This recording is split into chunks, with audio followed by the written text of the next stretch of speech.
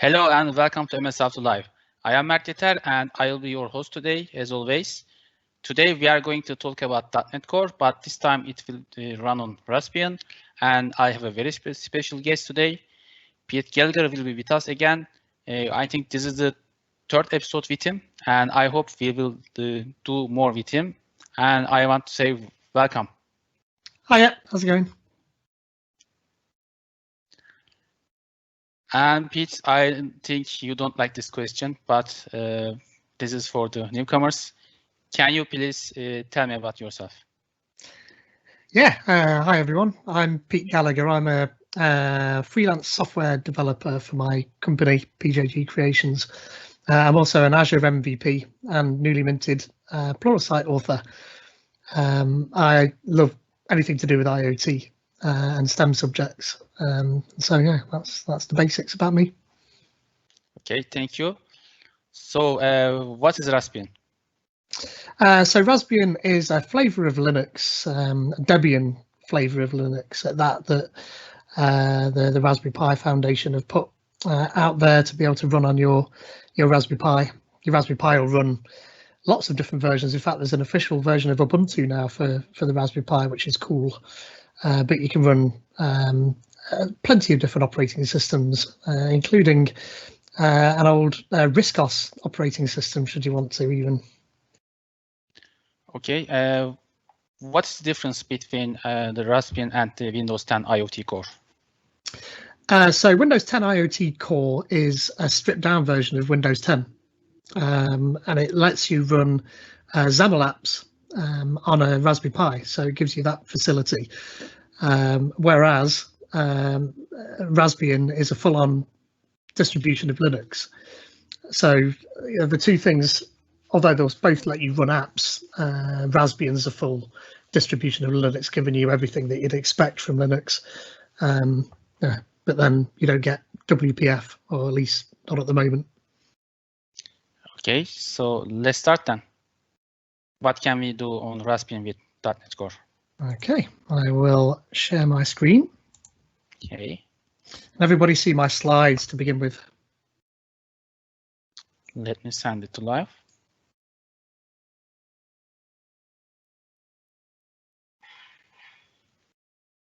Okay, ready.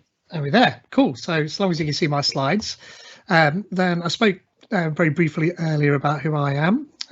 So this is me. I'm Pete Gallagher. I'm an IT consultant and Azure MVP. I've been doing this for a long time, and certainly in the IoT space since the late 90s, where one of the first projects I was involved in was to help develop a internet-connected Royal Mail stamp vending machine, which you'll have heard me mention a couple of times before if you've seen the previous webcasts. But that really was a baptism by fire, where we had a modem inside a heap of Royal Mail stamp vending machines, and we were able to dial into each of them to pull out audit logs and event logs and things like that. So that was one of the first things I did after leaving uni, but it was a really fun project to be involved in. I also organise 3 different meetups. Knots IoT in Nottingham, which funnily enough is an IoT meetup. I also organise .NET Knots and Knots Dev Workshop along with Gosha and Misha. So obviously we've not taken Knots Dev Workshop online yet, but .NET Knots we're still running online. So feel free to find us on Meetup to join that. I've also got 2 small children at home, 2 little girls, who are constantly coming into my office and asking me what I'm doing, and that sort of spurred me on to be a STEM ambassador and to help children and young adults get into STEM subjects. So enough about me. What are we going to be doing today? We'll take a brief look at the .NET framework and then .NET Core 3.1 specifically, and then I'll show you some of the steps you need to be able to install .NET Core on a Raspberry Pi, and then we'll spin up a basic Hello World console app, first on Windows, just so that we can set a baseline, and then we'll move across to the Pi. Then we'll start looking at what .NET Core can do for IoT, and we'll look at the console apps for that. And then we'll look at how we can hook that up to Azure as well. And then finally, if we get time, we'll have a quick look at running Blazor on a Raspberry Pi. So what is .NET Framework? Well, hopefully you all know this, but .NET Framework allows you to be able to create apps from anything from desktop through mobile all the way through IoT and AI. And you can do that in C#, F#, or indeed Visual Basic. I've got a warm spot in my heart for Visual Basic because that's where I started out my .NET journey. And that was way back in 2002. In fact, there was earlier beta versions of that before that, but the first release of .NET Framework v1 was back in 2002 with Visual Studio .NET. And I remember getting a pre-release copy, a preview copy of .NET, Visual Studio .NET, and being all excited about moving away from VB6. Obviously, things happened between 2002 and 2007, but in 2007 we got WPF, and that took us away from the clunky WinForms design to something that looked a bit more pretty with fluid forms and animations and things like that, and that was a great time. In 2012, we had .NET Framework 4.5, and they added link and async. So that made searching objects and arrays and IEnumerables far easier. The code was nicer to look at. In 2015, we got 4.6.2 and Visual Studio 2015, funnily enough. And then in 2016, we got the first version of .NET Core. And I think a lot of people struggled with that first version because people leapt on it, thinking that it was probably more ready than it really was. And then there was quite a lot of breaking changes that happened on every release of .NET Core v1. And I think it probably annoyed a lot of people, but bad naming convention perhaps. In 2017, we had .NET Framework 4.7 and Visual Studio 2017. And then in 2018, we got .NET Core 2, and that was what I'd call the first proper version of .NET Core. And there was good adoption of that. And then today we've got .NET Framework 4.8, .NET Core 3.1, Mono 6.8 and Visual Studio 2019, and various different previews of that as well. So .NET Core and in fact .NET Framework and Mono all run on top of something called .NET Standard. And what's that coming from? So we have a common infrastructure that sits underneath all of these programming languages, all these frameworks. We have the compiler, the languages, and the runtimes. And on top of that, we have a base class library, a core library, and a mono class library that .NET Framework, .NET Core, and Xamarin all sit on top of. And it got really confusing trying to move code between .NET Framework, .NET Core, and Xamarin because there would be certain libraries that were compatible between certain versions of .NET Framework, .NET Core, and Xamarin, and some things that would just work, and some things that needed some tweaking, and some things that just wouldn't work. And Microsoft spotted that and decided that they could probably make that easier by having one standard library that sits underneath all of that lot. So all of this desktop, mobile, gaming, and AI, all of that lot just sits on top of the .NET Standard. So it's a little bit easier to explain where all these things sit by looking at this table. And it's a table, and any decent talk's got to have at least one table. But we can see on the far left-hand side where we have .NET Core 1, that sits on top of .NET Standard 1. And then we had .NET 4.5 and then through Mono and all the way down to, in fact, Unity down on there, 2018.1. If you move all the way across to the right-hand side, you'll find .NET Standard 2.1. And then on there we have .NET Core 3.1 and Mono 6.4. Now, the basic way to think about how to design your applications is that you target a version of .NET Standard, and it comes down to compatibility, really. So if you're going to design a client application, probably try and target all the way to the right-hand side of that table, so .NET Standard 2.1, and then you'll get all of the nice new whistly pieces to be able to use. However, if you're going to create a client library of some sort, then your compatibility is going to be quite high on your list because you want that client library perhaps to be able to be used in many different .NET standards. You don't want to have to keep rewriting it all the time. So try and create your client library as far to the left of that table as entirely possible. And then that way it will be compatible all the way up, because .NET Standard 1 stuff is compatible in .NET Standard 2.1, but the opposite doesn't work. If you want to read a little bit more, there's a link there. You can read a bit more about what .NET Standard is. So .NET Core, which is the reason why we're here today, is free and open source and highly performant and cross-platform. So it will run on Windows, obviously, but also Linux and Mac. So yeah, It's 3.1 is also in long-term support, LTS as it's called, and so there's a couple of years worth of support in that, so it's safe just to pick up 3.1. It's production ready.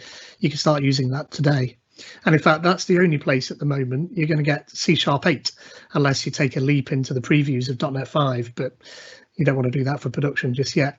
And you can build WPF and WinForms stuff in .NET Core 3.1, so that's all supported. And good news for this talk today, it also supports the Raspberry Pi.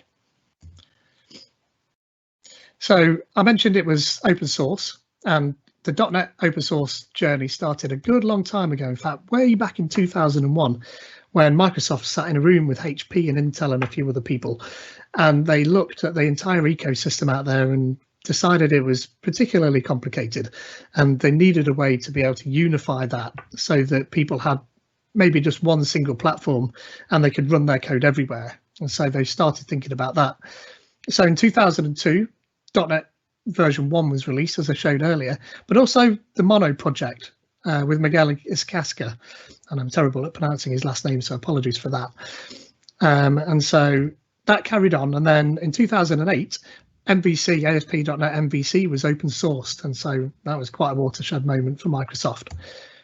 In 2014, the .NET compiler itself was open sourced, and then Microsoft created the .NET Foundation. And then in 2014, we had .NET Core, the first version of .NET Core, and proper cross-platform open source began. In 2016, Microsoft brought in the Mono project into the .NET Foundation, and in 2017, we got version 2 of .NET Core 2. And then in 2018, we got .NET Core 2.2, but also a preview of .NET Core 3. And in that, we had WinForms and WPF support. So essentially at that point, Microsoft had open sourced WPF and WinForms, which had been their mainstay for years, decades almost, in fact. And so for them to open source that was a massive moment in development history, really, especially for Microsoft. And then today we have .NET Core 3.1. So just to give you some idea, and this is just one, but Raygun say that on their server, they were able to go from 1,000 to 20,000 requests just by moving to .NET Core. So you can see that there's a big performance advantage to be had by moving to .NET Core. As far as adoption is concerned, I don't have the figures currently for .NET 3, so I can't tell you what they are, but you can see the adoption there of .NET Core 2 on the right-hand side, and .NET Core 1's dwindling away, and certainly you'll probably see a very similar graph to that for .NET Core 3. I'm hoping perhaps at Build, which is on at the moment, so I'm hoping that after you've watched this talk, you're going to go off and watch that. I'm hoping we'll get some more information on the adoption of .NET Core 3. So let's baseline. We'll do a quick Windows demo. So if I flick back across to here, if I create a new directory called console1, before I create anything, let's just have a look. If we do a .NET -- info, then we get information about the version of .NET that we've got installed, but also the runtime environment that we're running in, and any SDKs that we've got installed. So if we go right to the top here, we can see that we've got version 3.1.3 preview, blah, blah, blah installed. So we've got .NET Core 3.1 installed. We have a few other things installed as well, but we don't need to dive into that too much. To create a new .NET console application, we just do .NET new console, pretty easy. And then that will spin us up the files that we need for a .NET console application.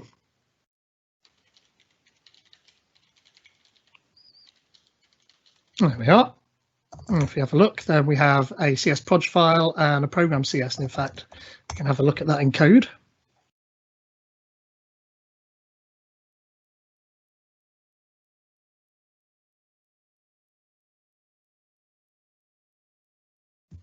Of course, things take time.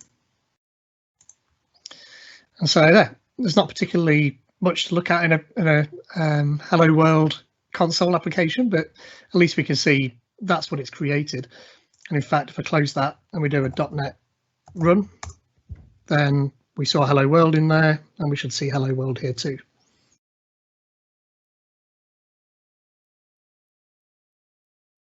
And when it's finished building, hello world. So yeah, we're just proving to ourselves here that that's all working.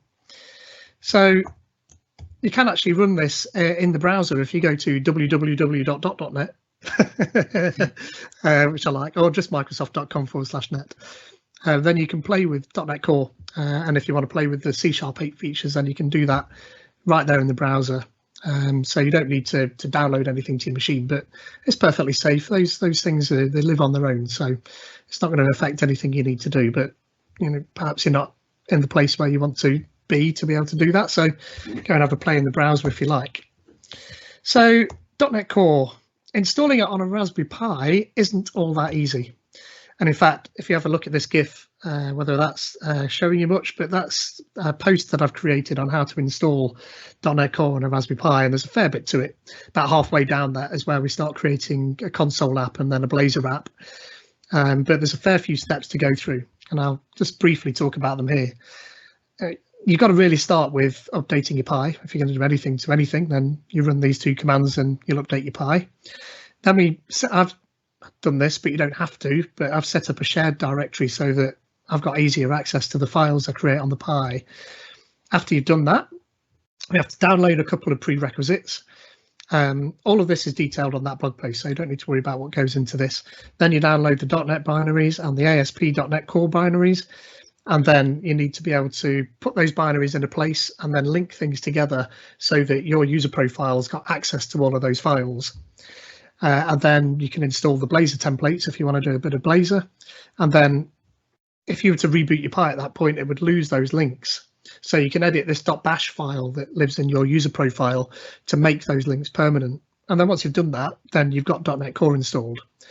It used to be as hard as having to go through all them steps, but I got annoyed with having to do that. So I actually created an install script. So again, this is in that post that I showed earlier, and I'll share these slides afterwards so you can get to that link. But you can do it in one command now. You can just run that command you can see on the screen, and it will just download and install and do all that linking for you. You won't need to do anything else other than make sure your Pi is up to date. So this just makes that a little bit, less troublesome for people. It's far faster to do. So let's spin a console app up on a Raspberry Pi. So I've got PuTTY and I've dialed into my Raspberry Pi here. So I can close that, we don't need that anymore. So if I pretty much do exactly what I did before in Windows, let's make a directory called console1. And then we'll do .NET --info. If I scroll up here, you'll see I have 3.1.102 running on my Pi. So I've not got a preview running on there, but I'm just 102, which is fine. That'll do pretty much exactly what I want it to do. So if I do a .NET new console,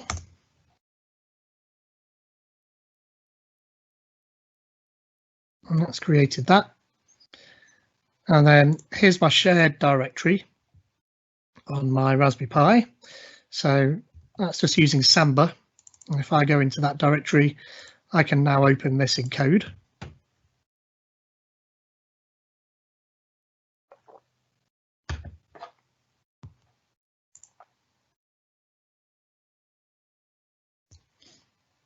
And we have the exact same code that we had before when it loads. So we have hello world. And likewise, if I do .NET run in here,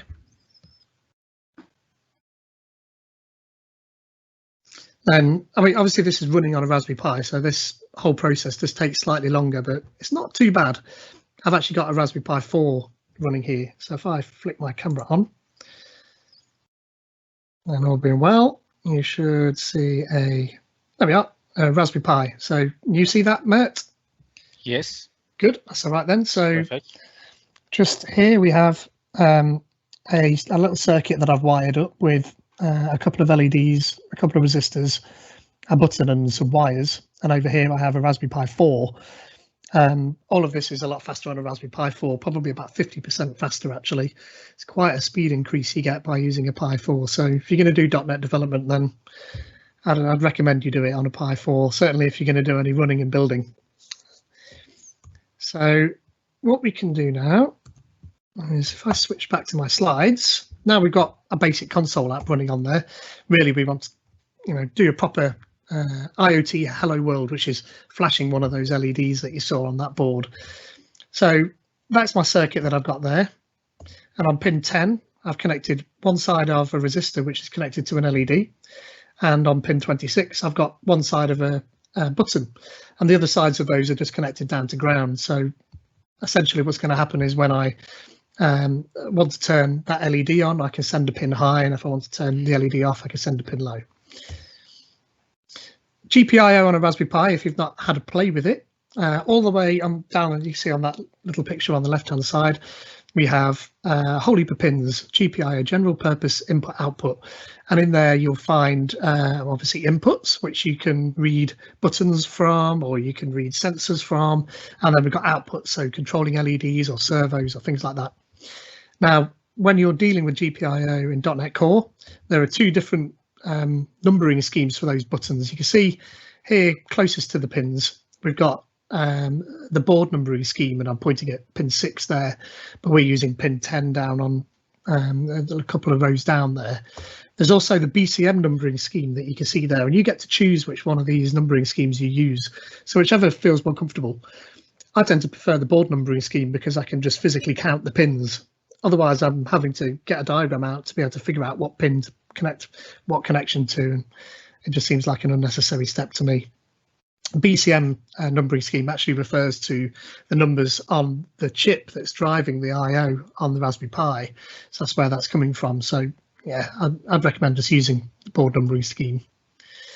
For .NET Core, to talk to those pins, you include the system.device.gpio library, and that supports pretty much everything you want. So from just basic driving of pins and reading inputs and outputs, through SPI, serial peripheral interface, PWM pulse width modulation, I2C, and other serial interface. This .NET Core library supports Raspberry Pi, as we're using it, but also BeagleBoard, Hummingbird, Odroid, if you've used any of those things. And it's also supported, as Mert was talking about, Windows 10 IoT Core, supported on there too. So should you want to play with that, this same code should theoretically work on there too. And you can install it either via the CLI, or you can use, if you're using Visual Studio, the NuGet Package Manager. And you can find a bit more information about that just there. But flick back to the code, and we go back to our putty session here. I get the, there we go. This is the command that we want to run to be able to add the GPIO package to our project. And if I do that, and then go back across to our code into the CS proj, in a second, we will find it added to that, assuming it works properly. Yeah, that did. And hello, am I on the right thing? Yes, I am. There it is. Oh, it disappeared. Sometimes it's a bit slow. So there we have our system.device.gpio. Obviously, you can go ahead and type this in manually if you like, but why would you do that? So I'm not going to make you watch me code. So I've got some code already made up, and I'll just describe what it's doing. So at the top here, can you please increase the font size? Yep. There we go. Is that better? Yes, that's better. Good. So at the top we have our using statements, and you can see now that we're bringing in the system.device.gpio library. The first thing I'm doing in my main is creating a GPIO controller, and this is what's going to be controlling all of the ins and outs of our GPIO. It's the hub of our operation. And you can see here we're passing in a pin numbering scheme of board. You'll also see these squigglies, and that's complaining because I'm running this code straight from the Pi, or I'm showing you it straight from the Pi. And for some reason, VS Code can't handle that, and it just doesn't deal with any of the IntelliSense properly. So it thinks that I'm not doing things properly, but they're all there. It will work. I'll save that.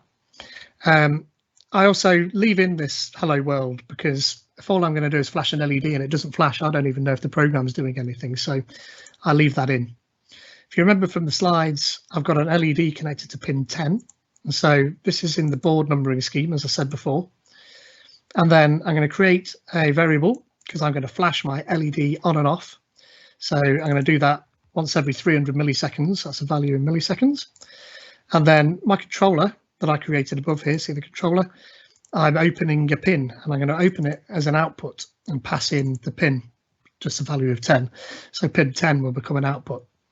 And then at that point, all I do is loop in a try, of course, around, sending that pin high and low and waiting for that 300 milliseconds in between. So if I flick across to here again, and I do a .NET run, and while that's doing that, we can watch the camera, and all being well, and we'll see an LED flashing. That's good.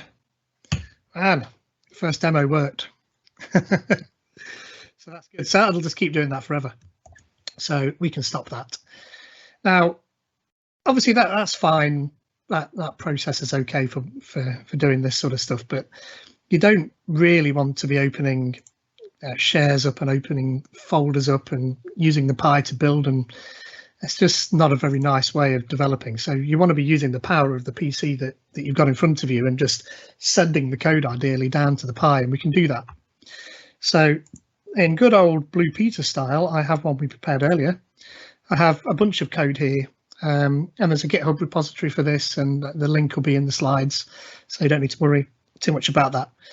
But I have some code which allows me to control the button. So if I open this up,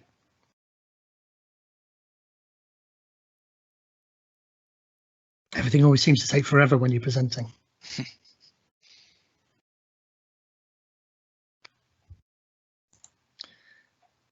So if I just briefly talk about this code, nothing much has changed. Still got a controller, I've still got an LED pin, but I've introduced a button pin here on 26. And is my font size still okay, Mert? Yes. Good. But maybe you can increase a little bit. Maybe one or two. Yep. Yes, that's fine. Okay, cool. So yeah, now I've got a button pin, and I said before my button is connected to pin 26 of the board numbering scheme. So like before, I'm still opening my LED as an output, but now I'm also opening my button pin as an input, and I'm using it as an input pull-up. This is one of the differences between, say, Raspberry Pi and an Arduino, where if I flick back across to these slides, and we have a look at our circuit again, then you'll see I've just got the button connected directly to the Raspberry Pi. But if you did that and there wasn't these, what's called a pull-up, it would just sit there floating. And you press the button and it wouldn't necessarily do what you expect it to do. So one side of the button is connected to the Raspberry Pi and the other side is connected to the ground pin on the Raspberry Pi. That's that black wire. So what I want it to do is when you press the button, I want it to make sure that it's 0, a low. And when I'm not pressing it, I want to make sure it's high. So I'm pulling internally inside the Raspberry Pi and pulling that pin up to a high through an internal resistor. If you didn't have that input pull up, you'd have to put another resistor like this on your board and pull it up to the 3-volt pin on the Pi. But we could do that internally. So that's what that's telling you to do. So while it's sitting there, it's pulled up high when it's not doing anything. And when I press the button, it goes low. So I'll just put these back to where I was, so I don't get confused later. There we are. So that's that pull up. That's exactly what that's doing. So down here, my code has changed ever so slightly, where I'm calling controller.read on the button pin. And if it's low, then I'm going to turn the LED on. So it sounds backwards. But as I explained, when you press the button, it's making that circuit complete and connecting that pin down to 0. So it's going to be low. And when I don't press the button, I turn the LED back off again. So it looks pretty simple, but that can be a bit confusing to people if you're not sort of on the ball there. By the way, you must always make sure you close your pin, just because it's good practice. When you finish doing anything with it, if you close it, then you can use it again. If I stop the program, it'll close itself, but you know, it's good practice to do that close pin process there. So I'm only doing that on the LED. I should really do it on the button as well. So that's the code, but this isn't on the Pi. This is sitting on my PC. But what I've done, if I get this back open again, if I go to my launch.json here, I've created, let's close that so we can see what we're doing, a few different things. And I'm not going to go into too much detail here. This is explained, and I've got a blog post for this too. But what you can do is I can use the Windows subsystem for Linux to be able to dial into the Raspberry Pi, and I can copy files directly from my local PC onto the Raspberry Pi, and then I can attach to the Visual Studio debugger that I've also got installed on the Raspberry Pi and initiate a debugging session from my local PC, but running the code directly on the Raspberry Pi. And that's what these are doing. So this part here is using P-Link to be able to make that debugging session happen. And that's the last thing that happens. But you can see that this particular .NET Core attach then relies on other things happening above it. So if I go here to the tasks.json, close that down, we'll see what those tasks actually are. So if I go to the bottom of that, then we have this deployed WSL. And this is using something called rsync to copy the files across. So rsync is a bit like a standard copy, but it will look at the files that are already on the device, excuse me, and only copy the files that have changed. So if you imagine you've got quite a big project and you're iterating around your development cycle, you don't want to have to copy the entire project every single time you want to debug. You really just want to copy the parts that have changed. And that's what this rsync is giving us a facility to do. Part of what it's doing is copying all of the DLLs, the .NET DLLs that the project needs, but they're not going to change. It's only the project files that you're compiling that are going to change. So that's what that gives you. And this depends on this publish WSL above, and that's calling the .NET publish command, and I'm targeting Linux ARM. If I was to build my code from my local PC, it'll default to targeting x86 or x64. But the Raspberry Pi is an ARM device. ARM32 actually is the version of Linux that Raspbian is using. So we do Linux ARM here, and we're going to get some executables that are going to work, some binary files that are going to work. And I'm publishing them into a Linux ARM and publish directory. And this publish itself depends on build. And so if I scroll up to the top, we'll find build here. And all that is doing, just here, sorry, is just going to do a .NET build. And it's just going to build the files, and then publish will publish them as Linux ARM, and then deploy will copy those files across. And then when all of that is finished, then my launch.json will take over and initiate that debug.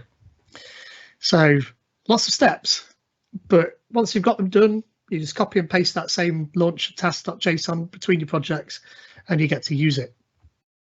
So closing that. This is our program, don't forget. So we're going to press a button and hopefully see an LED run, or turn on and turn off. On the left-hand side, we have our debug. And in here, we have everything that we've got in that launch.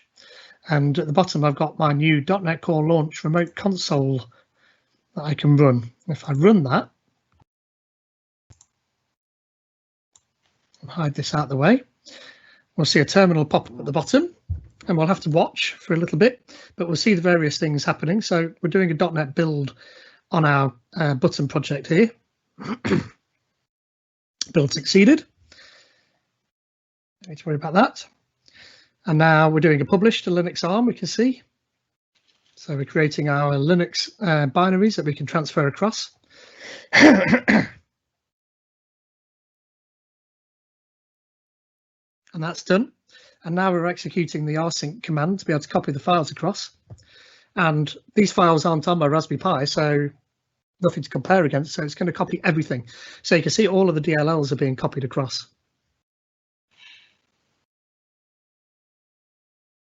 Quite a few files in a .NET Core project, yeah? Yeah. So it's done those. So that particular part's finished. So now that that build and publish is done, I'm going to kick off the debug session using P-Link. And if I scroll up, let's just hide that out of the way again so that we don't need to see it. If I scroll up a little bit, you'll see we have Hello World in the middle, and that's Hello World that we're doing just here. So not only is it running, but it's also bringing in the console information directly into Visual Studio, as well as some other information about what's actually happened. But if I switch back to my camera, and all being well, if I press the button, then there we are. And I've got the world's longest tutorial on how to hook up a button to an LED. But there's a heap of code in the middle of that as well. So, I mean, that gives you the facility now to be able to do all of your coding directly on your more powerful machine, in my case, a Surface Pro 7, and then just send that code down to a Raspberry Pi and run it and debug it directly in there. So, have I got any questions at this point? I see. Yes, we have 3 questions. Yep. So I see .NET 5 will replace .NET Framework and Core. Yes, it will. And in fact, you can. I've made a single install command for .NET 5 on a Raspberry Pi, and that just runs. It's very similar. Obviously, they're coming from Core to .NET 5, but yeah, their support will flick across. I think actually it's November time when we're going to get the first release of .NET 5, and so yeah, most certainly that's where a lot of that development and emphasis will switch to at that point. Any required VS Code extension? No, not to do what you want there. But if you use the IoT toolkit, then you'll be able to do some of the stuff that I'll show a little bit later in this talk. Is this code run on Windows 10 IoT without any modification? Yeah, I think as a console app, but really kind of one of the main reasons for using Windows 10 IoT would be to make a WPF app. So you're going to have to build that code into that. But it's the same library, that system.device.gpio NuGet package that you're going to pull in. It's going to be the same one. So the code should copy and paste to pretty much, certainly if you make it into some sort of a library, then you're off and running anyway. And just ask more questions. That's fine. It's fine by me to do that. So actually, we can close the camera now because I'm not going to show you any more Pi stuff through the camera. But what we can do, I can stop this code and it'll just stop running on the Pi. But because we're debugging, I can actually put a breakpoint in here and then run it. So go back to here and then run that again and then close this away. Now you'll see this process should be slightly faster this time because I've already deployed it once. So it's still going to do the build. But that'll be faster because it's already built before. There we are. And then it'll do a publish.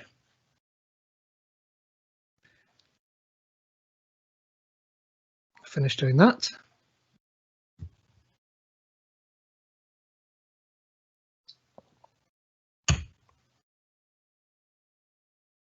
Finish publishing. And now it's going to do rsync, and it won't do very much at all because all those files are already there. So this is the beauty of using rsync, is that if you want to do something like this, then it's way, way faster. So that should be running. So we have a hello world. If I press the button now, you don't need to see me pressing it, then there, we stop. And so you can live debug that code directly from the Raspberry Pi. And in fact, on the left-hand side, you can see that it even pulls in variable values. And you should even get IntelliSense if I hover over a pin, then we get a 10. So, I mean, this is mega powerful now at this point because trying to work through that development cycle with IoT is often quite difficult. It's very difficult trying to do it with something like an Arduino. And so being able to debug directly from within Visual Studio Code is a real bonus and something that I've made heavy use of in the past. So good. So we made a button. Woohoo. So let's close that. Go back to my slides. We talked about remote deploy and debug, and we had a quick review of the circuit there. And we created a button app. But next, we've created a thing, but we haven't really made it an Internet of Things thing because there's no internet involved in what we were doing, unless you count the network that I was transferring the files across. So we can do IoT hubs. Now, if you've not played with IoT hubs before, they're Microsoft's Azure offering to allow millions of devices to connect into Azure. If you imagine an IoT hub's like a BT switchboard with heaps of phones all connected in together, you can have millions of these IoT devices all connecting into an IoT hub, and they'll never get a busy signal. And you can send messages in there, and you can send messages back down from Azure, back down to an IoT device, and you can send commands. And then once you've got that data to an IoT hub, then the rest of Azure is your playground at that stage. So That's a spoiler. If we go back across here now, I have some more code for you.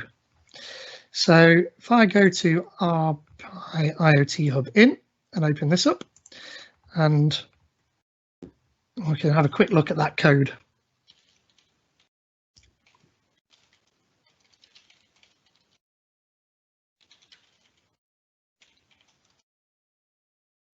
There we are. So I've got a few bits in here, but we don't need to worry too much about any of them because we've been through them. But I've pulled in the Azure.devices.client library, and that's what you're going to use if you're going to do anything with IoT Hub. Somebody asked me earlier about, are there any extensions? And yes, indeed, there's an Azure IoT Toolkit extension. This Azure IoT Tools. And if you go ahead and get that, then that's going to let you do some nice stuff straight here in Visual Studio Code, and I'll demonstrate that in a bit. Get away.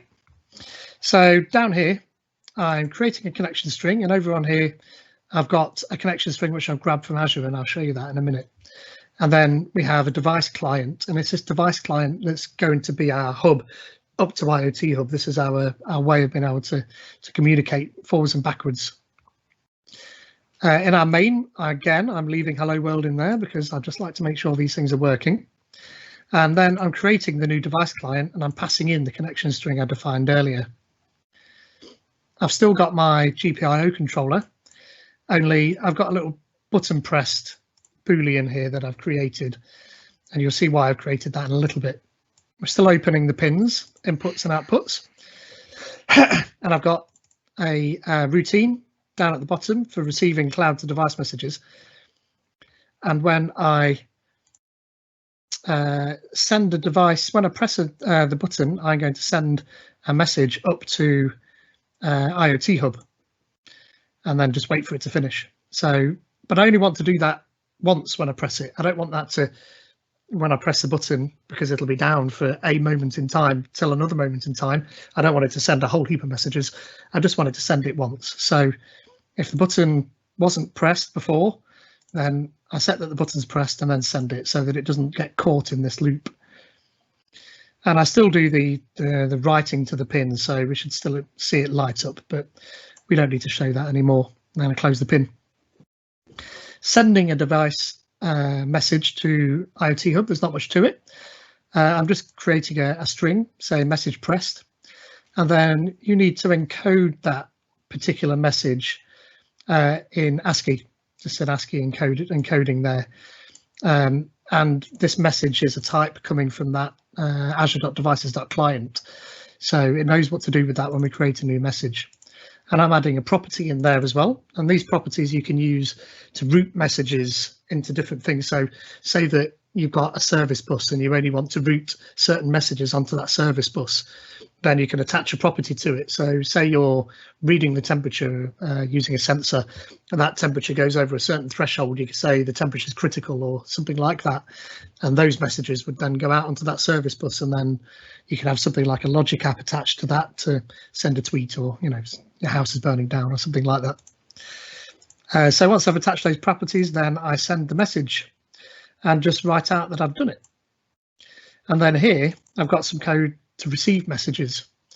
And all I'm doing in this part is just seeing if I've actually got any messages. There's probably far better ways of writing this code, but this is just a demo. So it's a bit hacky to do it this way, but it's perfectly fine.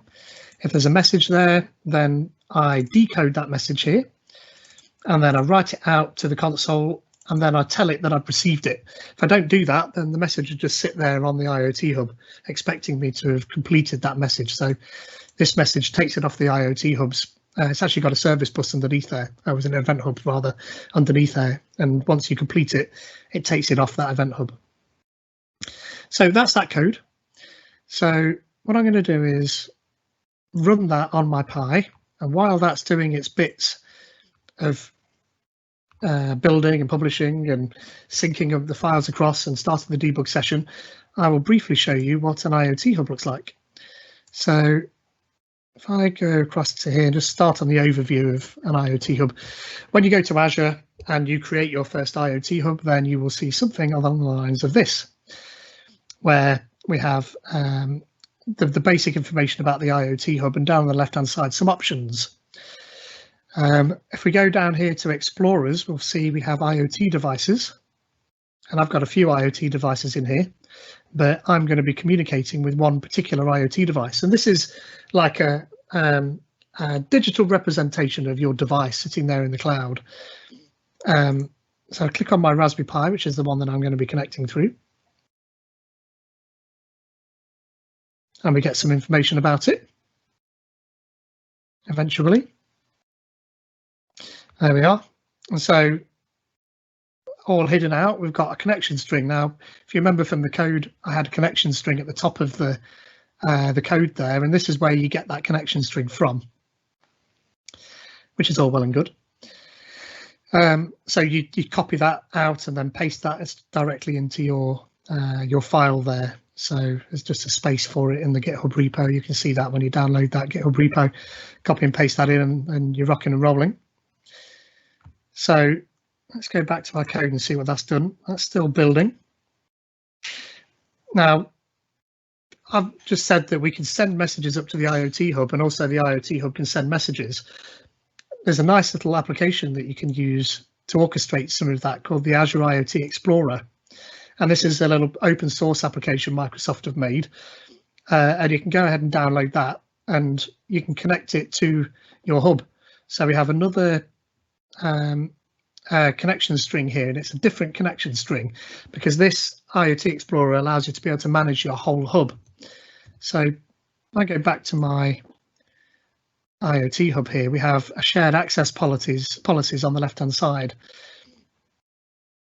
and you can create access policies. And I've created one for the Device Explorer, and this has got access to everything, so it can deal with creating and deleting and monitoring devices. And we can grab this connection string that's here next to that, and then paste it into our IoT hub and connect. And then we immediately get that same list of devices that we saw in the browser there. And if I go to the Raspberry Pi device, we get very similar information. So you can actually grab that primary connection string from the device from here too, if you like. But we also have one for telemetry. And if I press the start button on that, what that's going to do is start monitoring the messages that are sent up onto the IoT hub.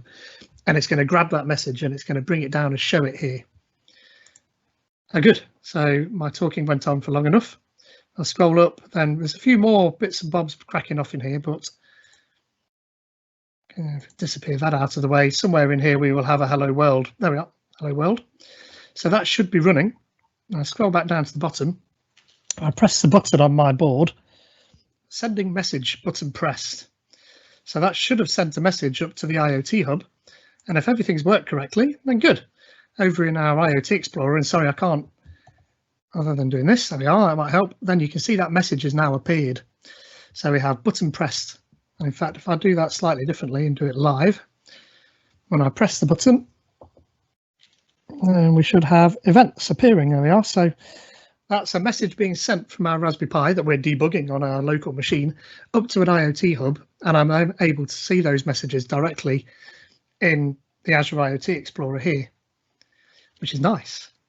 But I also mentioned that we can send messages from the IoT hub down to the Raspberry Pi. Now, if I scroll this up just a little bit, there we are. So we can see we've still got those messages there being sent up. If I go to cloud to device message, I can put something in here like hello MS how to and press this send message to device. And if everything's working correctly, please work. Received message, hello, MS how to. So that's a message gone from the Azure IoT Explorer up to IoT Hub, and then back from IoT Hub down to our Raspberry Pi, and we can see that message has appeared in the console on our local machine because we're debugging. So that's some loop we've created there. But now we've got two-way communications working between Azure and our Raspberry Pi. So once you've got that far, then obviously the rest of Azure is open to you at that point. You can send those messages out, do whatever you like with them at that stage. You know, show them on a screen if you like, or draw nice graphs if it's temperature and humidity, or send messages through and do cognitive services on it and sentiment analysis, or whatever you want to do with that. The world's your oyster. So that is Azure. So that's that. So I can close this. And the next thing I want to talk about is Blazor. So if you've not heard of Blazor, it's a single page app framework, also open source, built out of .NET Core, and something that Steve Sanderson created just off the cuff, and he demoed it in front of a whole heap of people at Microsoft, and they went, "Oh, we love it, we need that." Steve Sanderson created Knockout, or is heavily involved in Knockout, and you'll see that when you start, I mean, I'm not going to deep dive into Blazor because we've got 9 minutes left, but you'll see there's quite a lot of similarities between what he did with Knockout and what you'll find in Blazor. But what it allows you to do is run C# in the browser. So no, this isn't like Silverlight, don't worry, it's not a plugin. This is going to run in either a server mechanism, or it's going to run as WebAssembly. So both of those frameworks, both of those different ways of working, just replace the JavaScript entirely and just re-encode that to C#. So it's awesome. I really like it. Pluginless and supported by most modern browsers. And we can do this on a Raspberry Pi. So what I'm going to do, though, I'm going to do that on my Raspberry Pi just to show you how cool it is. So if I clear that away, let's do one called our Pi Blazor server.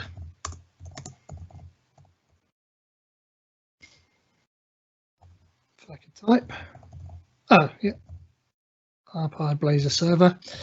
And we can do a .NET new Blazor server. Now, as I say, there was two different versions of Blazor.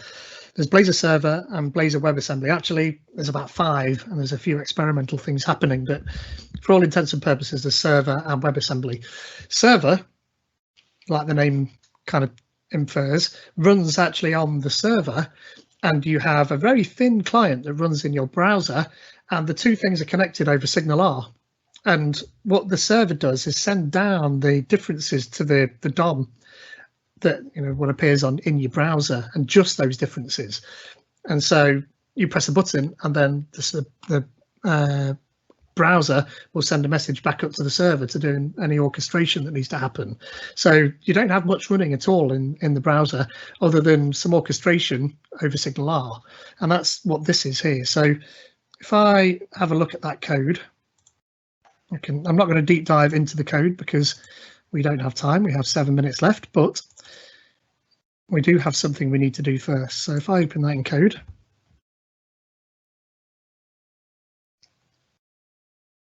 hurry up and open. Time is a ticking. Then we have some pages, and we've got shared. So you can see that we've got an index.razor page, and that's just got a few bits and bobs in it, and these survey prompts. So you have components, so it's a componentized system, and you have components that you can drag in and just show there.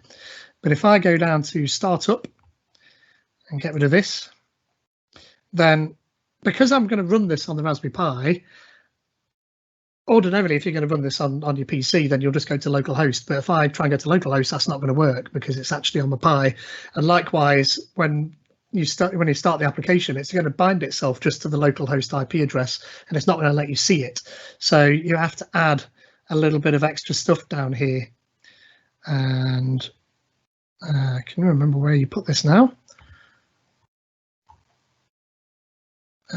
Create host builder. Where is it? Oh, startup. Is it in there? We're in the right place. Oh no, it's in here. Oh, brain fade. It's in program. So where we do is create default builder, create web hosts. So it's telling it to use a startup. We don't need to worry about that too much, but I have a small piece of code that I can add. This one here, and that's just going to tell it to bind to star any IP address and on port 5000. So when this application starts, it's just going to let me dial in from any IP address to port 5000, and it will hopefully show our Blazor application. So if I do a .NET run on here, and this is going to take a little bit longer because it's not hello world, but it's still not too bad.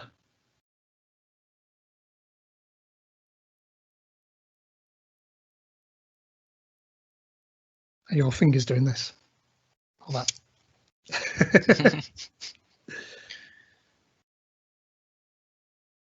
Cool, so that's running. So now if I go to my device, and I happen to have called it MS Cognitive, and there we are, we have hello world. So that's running, being served directly from the Raspberry Pi there, which is pretty cool, and it's pretty fast as well. It's going to do what you want it to do, like counter, and there's a little API running there with some weather data, and yeah, it just works. And that's going to take me out. So yeah, I mean, this is a really good alternative to having to put Apache on there or something along those lines, or a Node website on there, and it's pretty, fast and lightweight. And in fact, if we have a press F12, we've got just about enough time. And if we go to network, and then I refresh my page. And if I pop this out, it'll be a bit easier to see. Maximize that.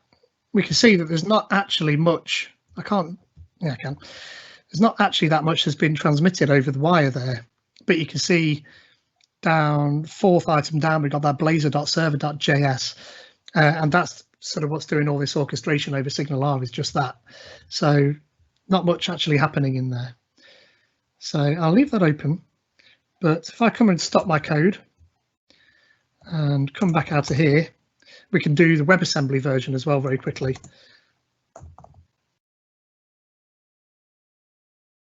Let's do it like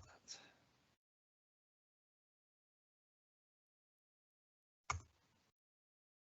And we do .NET new and then Blazor, oh, if I can type Blazor WASM, and that will scaffold us up a Blazor WebAssembly flavor of this. Now the WebAssembly version, actually, it's going to run, well, if you don't know what WebAssembly is, it's like a virtual machine running in your browser. So that's going to work offline.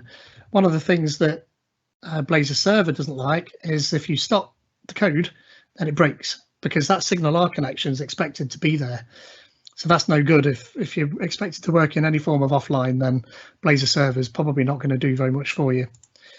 But I don't need to edit any code for this one. But again, I still need to tell it that I can access it from any location. So I have a run here. So this .NET run does pretty much exactly the same thing as what .NET server is doing.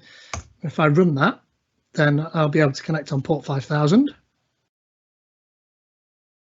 And when that's finished running, tick, tick, tick, tick, come on, 2 minutes.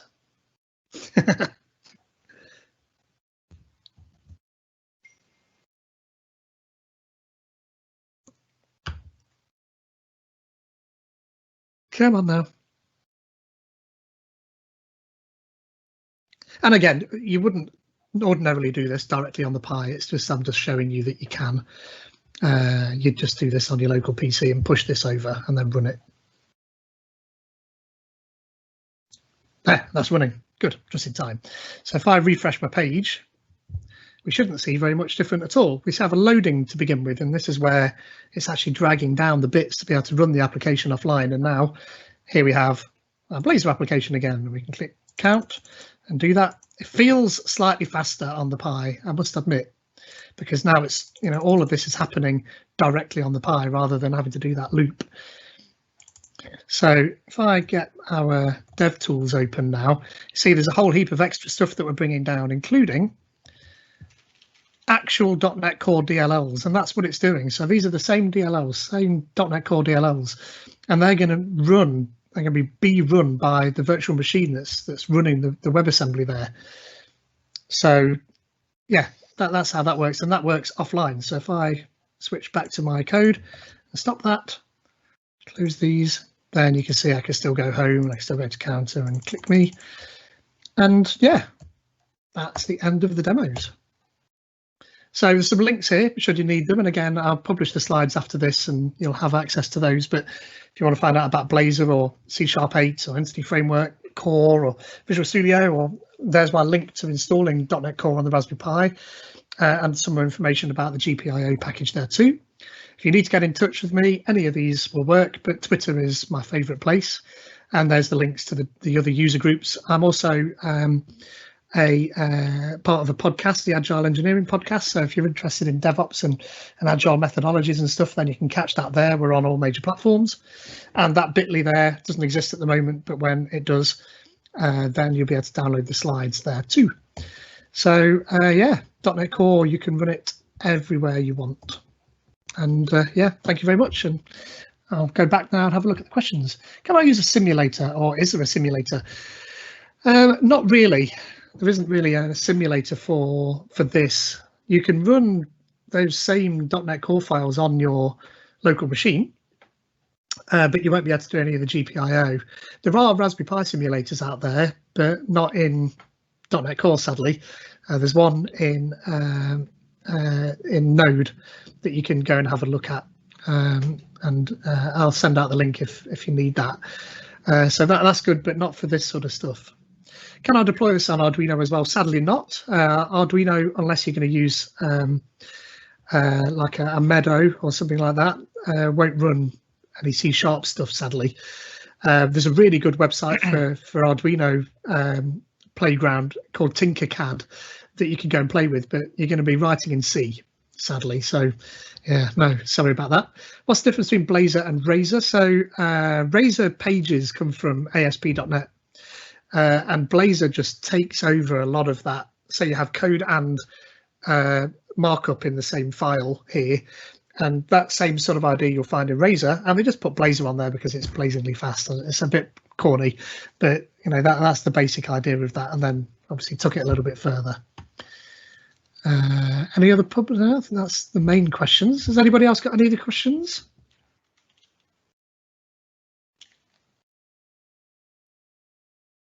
I don't see any popping up yet. Cool. Not yet.